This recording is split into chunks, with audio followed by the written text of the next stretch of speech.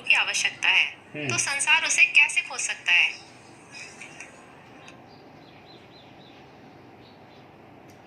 देखिए, आपका प्रश्न बहुत कठिन है, परंतु उत्तर बहुत आसान है। संत कबीर साहब ने कहा था कि इस तन में मन कहाँ बसे, निकसी जाए के ठोर, गुरु गम हो तो परखिलो, नहीं तो करो गुरु और।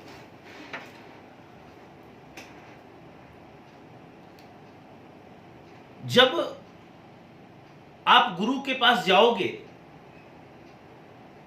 तो जिस तरह से कि चंदन का धर्म होता है शीतलता, आप जब कभी जंगलों में चंदन के पास जाएंगे तो आप देखेंगे कि एक से एक विषैले सर्प लिपटे पड़े हैं।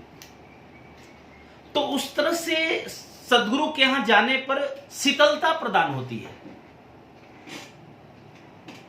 कबीर साहब ने लिखा कि नैनन माही मन बसे, निकसी जाए न ठोर। तो गुरु अपने शक्ति से, अपनी साधना शक्ति से जो ये चंचलता है उसके भटकाव को रोक देता है।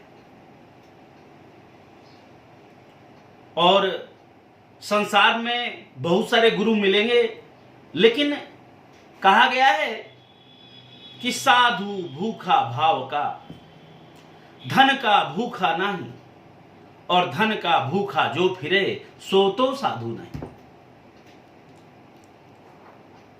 इतना ही नहीं, वह गुरु सदगुरु जो कि अपनी साधना शक्ति से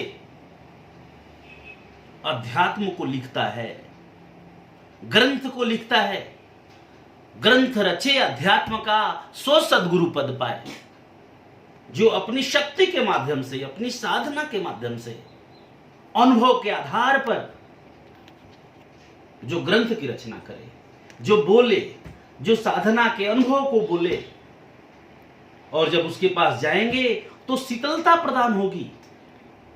आपके सारे जो क्वेश्चन है अपने आप समाप्त हो जाएंगे। इसकी आप खोज करें। यही नहीं,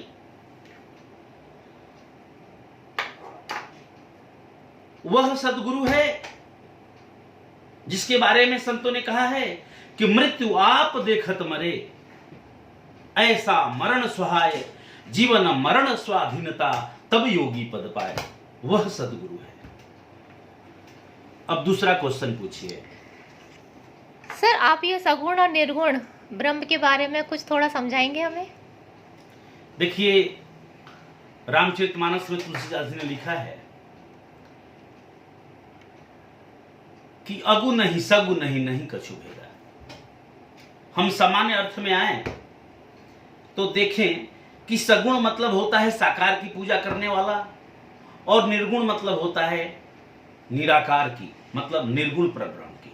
ब्रह्म के दो आकार होते हैं, सगुण और निर्गुण। सगुण मतलब साकार प्रतिमा की, और निर्गुण मतलब निराकार। साकार में जैसे हम मंदिरों में जाकर पूजा करते हैं, प्रतिमा की पूजा करते हैं, और निर्गुण मतलब होता है निराकार परब्रह्म की पूजा करना, जिसे हम, लेकिन जब वह स्टेज आ जाती है कि आदमी ब्रह्ममय समझता है तो सगुण और निर्गुण की उपमा नहीं रह जाती है, द्वैत अद्वैत की संभावना होती है। धन्यवाद।